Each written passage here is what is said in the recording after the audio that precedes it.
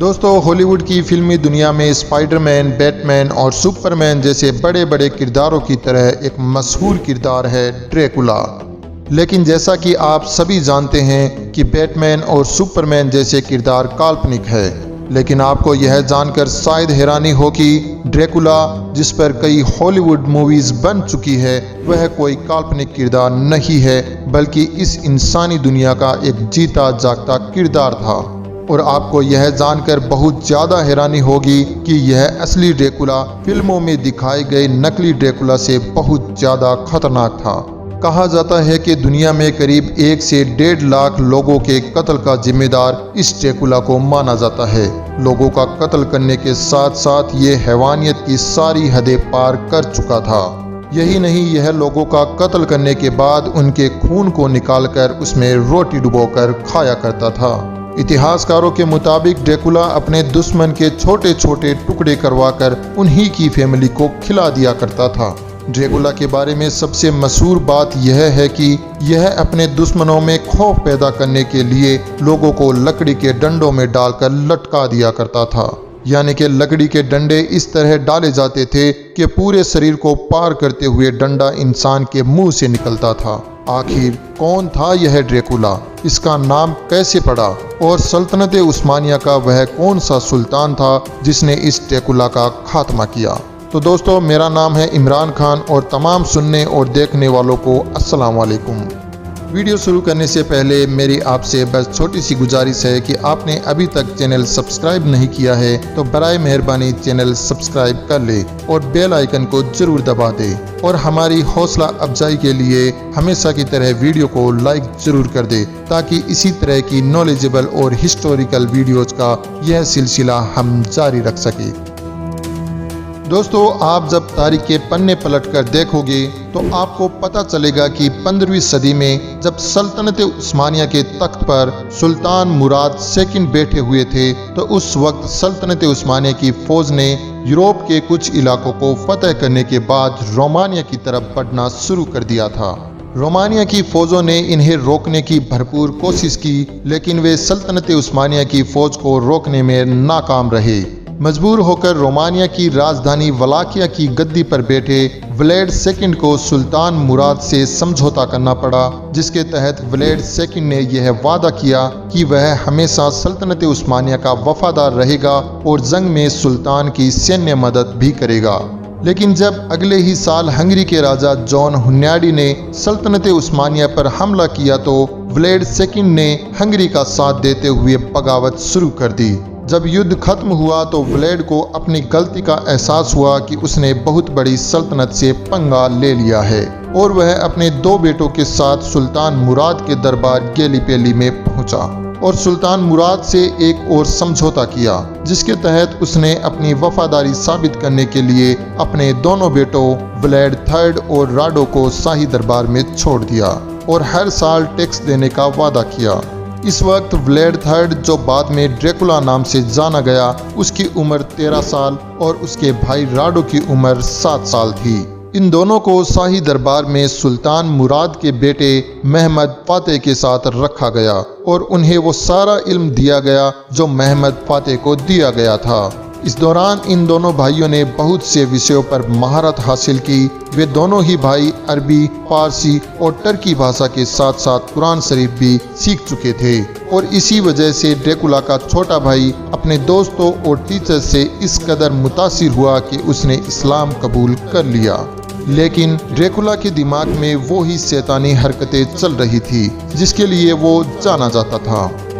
दोस्तों, इसी बीच 1447 ईस्वी में हंगरी के राजा जॉन हुन्याडी ने वलाकिया पर हमला कर दिया और ड्रैकुला के फादर यानी व्लेड II और उसके बड़े भाई मिर्सिया की हत्या कर दी और वलाकिया की गद्दी पर व्लेड II के भतीजे व्लेडिस्लेव को बिठा दिया। जब यह खबर सुल्तान मुराद के पास पहुंची तो सुल्तान मुराद ने वापस से वलाकिया पर कब्जा करने का फैसला किया और एक प्लान बनाया, जिसके तहत सल्तनत उस्मानिया की फौज ने हंगरी पर चढ़ाई कर दी। सुल्तान मुराद को यह पहले ही पता चल गया था कि जैसे ही वह हंगरी पर हमला बोलेगा तो वलाकिया का नया राजा अपने मालिक हुन्याडी की मदद के लिए जरूर आएगा।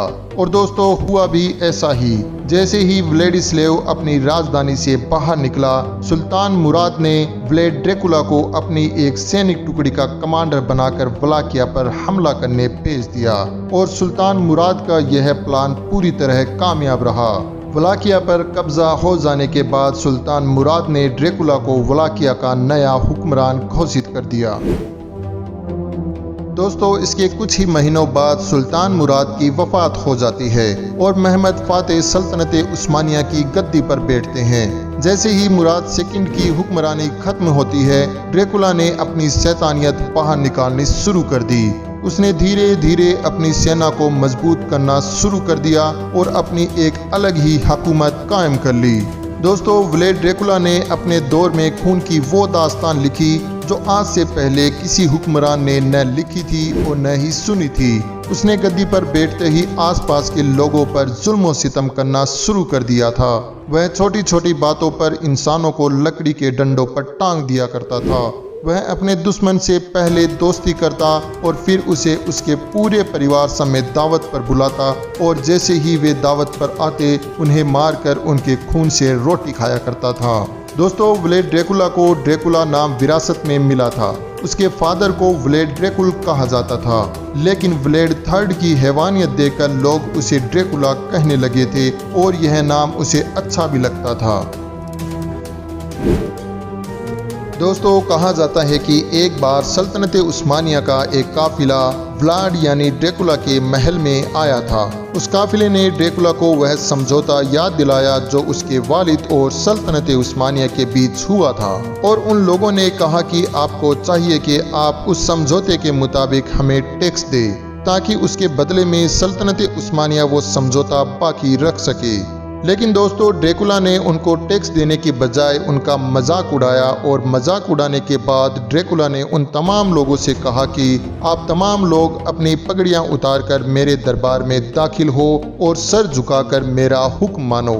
मुसलमानों ने अपनी बेइज्जती समझकर ये सब करने से इनकार कर दिया, लेकिन जब उन लोगों ने इनकार किया तो ड्रैकुला ने अपने सिपाहियों को यह हुक्म दिया कि इन तमाम लोगों के जिस्म में डंडे डालकर महल के बाहर लटका दिया जाए। सल्तनत उस्मानिया की तरफ से आए हुए उन तमाम मुसलमानों के जिस्म में बांस के डंडे डालकर लटका दिया गया।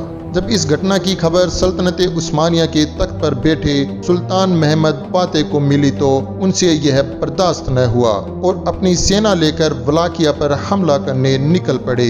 दोस्तों, इस सेना में व्लाद का भाई राडो भी शामिल था जो पहले ही इस्लाम अपना चुका था। रास्ते में सुल्तान महमद फातेह ने दरिंदगी और हैवानियत का वो खौफनाक मंजर देखा जिसे देखकर उनकी रूह कांप गई। ड्रैकुला ने हजारों मुसलमानों का कत्ल कर इस तरह डंडों पर टांग दिया था जैसे मानो वहां हजारों लाल रंग में रंगे हुए पेड़ लगे हों। दोस्तों, जब व्लाद ड्रैकुला को यह खबर मिली कि सुल्तान महमद फातेह अपनी सेना लेकर उसकी ओर बढ़ता चला आ रहा है तो वह अपने महल से निकलकर अपनी सेना के साथ डैन्यूब नदी के आसपास जंगल में जाता है और सुल्तान की सेना पर छापामार तकनीक से हमला करना शुरू कर देता है। इन छोटे छोटे हमलों ने सुल्तान की सेना को बहुत नुकसान पहुंचाया, लेकिन सुल्तान महमद फातेह उस जालिम को हमेशा के लिए जहन्नुम वासिल करने के इरादे से आगे बढ़ते रहे। 17 जून 1462 ईस्वी को सुल्तान ने टारगो विस्टा पहुंचकर अपना डेरा जमा लिया।